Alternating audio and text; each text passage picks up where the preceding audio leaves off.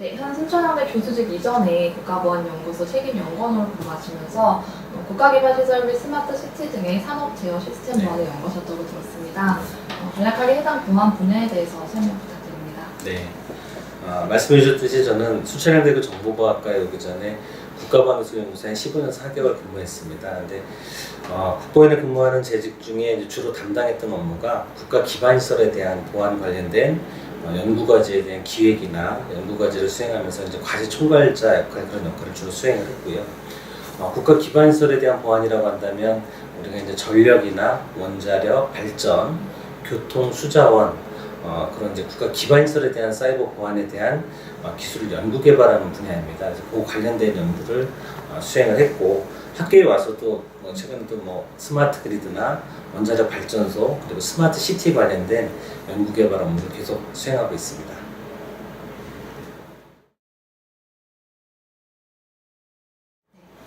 다음으로 전기, 수도, 석유 및 가스와 같은 국가 주요 기반 시설을 대상으로 하는 공격들이 끊임없이 발생하고 있습니다. 스톡스넷 악성 코드가 이라는 핵시설인 퓨쉐르 원자력 발전소를 공격한 사건을 통해서 비트 공격이 알려지기 시작했는데요. 이러한 원바이러스 등에 의한 공격이 발생했을 때 국가적으로 막대한 피해가 발생하게 됩니다. 기반 시설 보안 어떻게 대비해야 될까요? 네, 스톡스넷이 처음 발표가 됐을 때요, 전 세계에 있는 관련된 전문가들이 최초의 제어 시스템을 대상으로 한 사이버 미사일이었다, 사이버 악성 코드였다라고 이렇게 언론에서 많이 보도가 됐습니다. 그만큼 큰 이슈가 됐던 공격이었고요.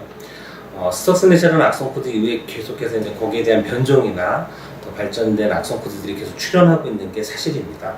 근데 스톡스넷이라는 악성 코드도 결국에는 우리가 국가 기반시설에 보안을 하는 데 있어서 가장 기본이 되는 제어망을, 예를 들어 업무망이나 인터넷망하고 분리해서 안전하게 관리하고자 하는 이제 그런 보안 대책을 적용을 하고 있는데, 스톡스넷은 우리가 이제 보조기형 매체인 USB를 통해서 결국엔 내부에 근무하는 오퍼레이터가 이 USB를 가지고 제어망 안에 있는 윈도우즈 시스템에 이제 USB를 꼽음과 동시에 모든 악성 코드가 자동으로 동작한 아주 정교한 악성 코드 공격이었거든요. 그래서 이런 기반 시설에 대한 보안이 우리가 망을 독립망이나 폐쇄망 형태로 관리하는 그게 다가 아니라, 결국에는 이런 보조기형 매체, 또 그 내부에 근무하는 내부자 직원들에 대한 보안까지도 고려해야 되는 그런 영역이 되고 있는 것 같습니다. 그래서 이 안에 제어망 안에도 우리가 업무망이나 인터넷망처럼 다양한 이제 필요한 보안 기술들에 대해서 연구 개발하고 적용하는 노력이 필요하고요. 그리고 내부에 근무하는 많은 인가된 그 직원들에 대해서도 어떻게 하면 접근 권한을 효율적으로 관리하고 보안 관리할지에 대한 그런 관리적인 부분도 필요하고, 또 내부자의 그런 어떤 실수나 악의적인 어떤 공격이 발생했을 때 제어 시스템 안에서, 제어망 안에서 어떻게 효율적으로 탐지하고 대응할지에 대한 어떤 연구 개발, 그리고 그런 기술들에 대한 적용이 추가적으로 필요하겠습니다.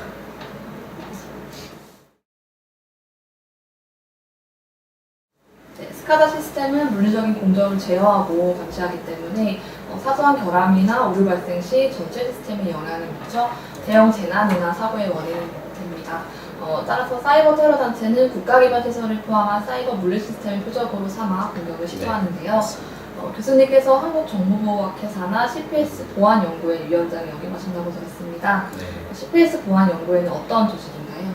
네, 우선은 한국정보보호학회 안에 여러 개 연구회가 있습니다. 그 연구회 중에 저희 CPS 보안연구회는 CPS가 사이버 피지컬 시스템이거든요. 그래서 사이버 물리 시스템에 대한 보안 관련된 연구, 또 그런 관련된 정보 공유하는 연구회고요. CPS라는 이 영역 안에 결국에는 전력이나 원자력 발전소나 교통 수자원과 관련된 국가 기반시설의 제어 시스템이 이 영역 안에 다 포함이 되고요. 또 좀 넓게 본다면 최근에 이슈가 되고 있는 스마트 시티나 스마트 팩토리, 그리고 자율주행 자동차 관련된 그 시스템들 영역까지 저희가 사실은 CPS의 영역으로 보고 있습니다. 그래서 저희 연구회는 한 100여 명의 이제 전문가분들이 연구회 멤버로 참여하고 계시고요.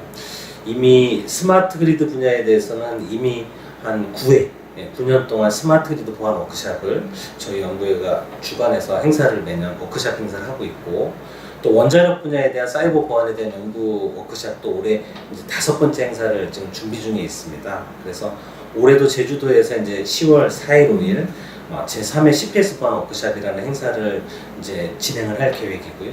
저희 연구에는 그렇다 보니까 이제 이런 전력이나 원자력이나 교통 수자원 분야에 있는 그런 이제 연구기관의 연구원분들, 그리고 이 분야에 관심을 가지고 계신 학계의 교수님들, 그리고 실제 이런 시스템들에 대해서 어떤 보안이나 보안 관리나 그런 것들을 담당하고 계신 국가 공공기관의 정보보호 업무를 담당하시는 현장의 정보보호 전문가분들, 또는 현장의 그런 설비들, 계측 제어 시스템에 대해서 운영 관리하는 전문가들이, 물론 보안 분야의 전문가는 아니지만 그런 분들도 참여하고 계시고요. 또 이런 정보보호 기업들, 이런 이제 기업체에서도 이런 쪽에 연구개발 수행하시는 많은 기업체들도 저희 연구에 활동을 하고 계십니다. 그래서 이렇게 CPS 분야의 다양한 분야에 계신 분들이 같이 모여서 같이 뭐 워크숍도 하고 세미나도 하고 이런 걸 통해 가지고 결국 이런 필요한 정보들에 대해서 공유하고, 또 기술 개발 관련해서도 서로 이제 협력하는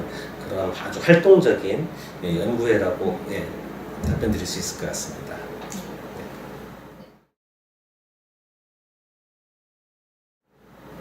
다음으로 스마트 시티에서 발생할 수 있는 보안 이슈에 대해서 여쭤보고 싶은데요. 네. 스마트 시티는 빅데이터, 인공지능, IoT 등 ICT 기술이 종합적으로 적용되어 만들어지는 서비스인데요. 네. 효과적인 스마트 시티 정보보호를 위해서는 어떠한 사항을 고려해야 할까요? 네, 최근에 스마트 시티에 대한 사업을 국내에서도 많이 이제 실증 사업이나 이런 것들이 추진 중에 있고요.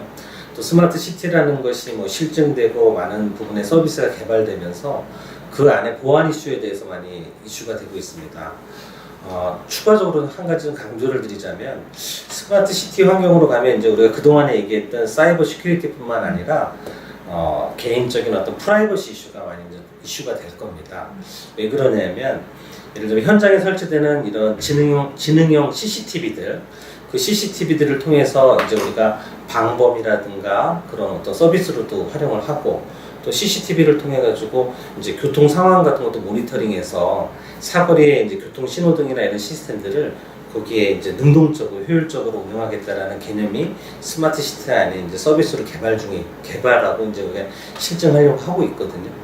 이제 그 CCTV에 이제 사실은 지나다니는 모든 시민들이 내가 의도하지 않았는데 이제 항상 어느 CCTV에는 제가 이제 시민들이 찍히고 있는 그런 부분들이 발생할 거기 때문에 그런 어떤 개인 프라이버시 이슈가 또 중요합니다.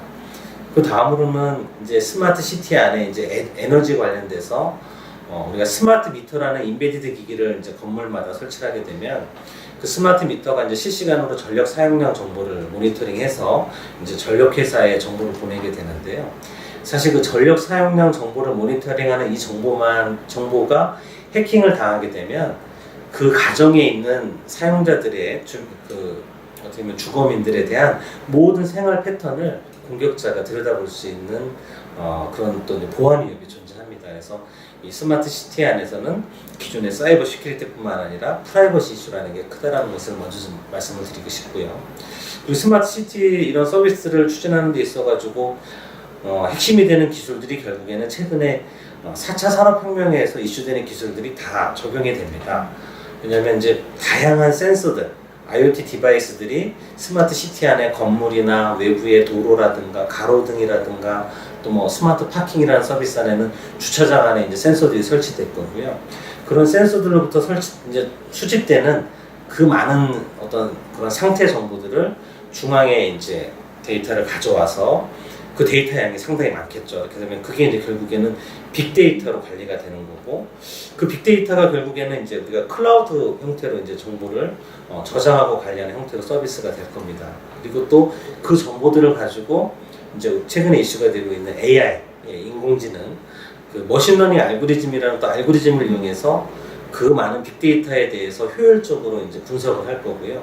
분석을 통해서 어떤 현장에서의 어떤 상황을 예측하거나 아니면 어떤 설비들에 대한 어떤 고장이 날 거라는 상황을 먼저 예측하거나 이런 다양한 의미 있는 정보들을 이 데이터들에 대한 이제 AI 인공지능 적용을 통해서 의미 있는 정보들을 이제 우리가 얻어낼 거고, 그 정보를 활용을 해서 효율적으로 있는 현장에 있는 기기들에 대해서 유지 보수를 한다거나 효율적으로 이제 도시를 관리하는 형태로 이제 서비스가 될 겁니다. 그렇기 때문에 결국에는 스마트 시티라는 거 안에 4차 산업혁명 안에 이제 활용되는 기술들이 다 적용이 될 거고, 그러다 보면 이제 말단에 연결되는 그 IoT 디바이스들이 많이 증가한다는 것은 해킹 공격을 할 수 있는 유입점이 그만큼 증가하는 것이고, 또 그 다양한 유선이나 무선 통신 구간에 대해서도 어떤 보안 이슈에 대해서 또는 보안 위협에 대해서 대응할 수 있는 보안 기술에 대한 연구 개발과 적용이 필요하고, 어쨌든 스마트 시티로 가게 되면 정보 보호의 중요성이 점점 더 중요하게 될 거고,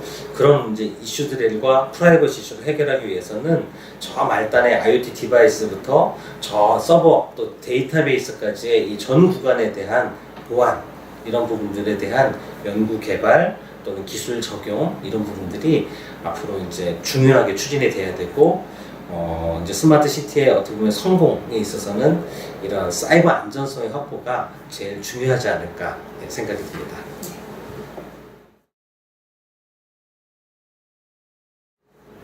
네, 마지막으로 산업 제어 시스템 보안에 대한 전망과 서버 네. 보안 및 APT 공격 대응 솔루션을 보유한 SGI 솔루션즈가 네. 산업 제어 시스템 보안 분야에서 해야 하는 역할에 대한 조언을 해주시겠습니다. 네. 제가 알고 있기로는 SGI 솔루션즈가 이 분야에 대한 연구 개발이나 사업을 이미 오래전부터 중요한 역할을 해오고 계신 걸로 제가 알고 있고요.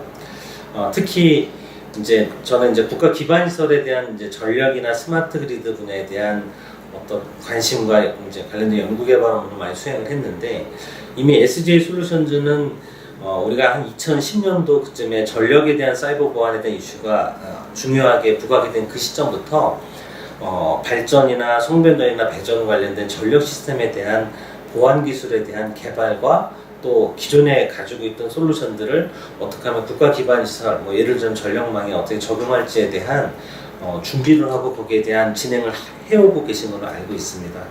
그런 역할들을 어떻게 보면 잘 해오고 계신 것 같고요.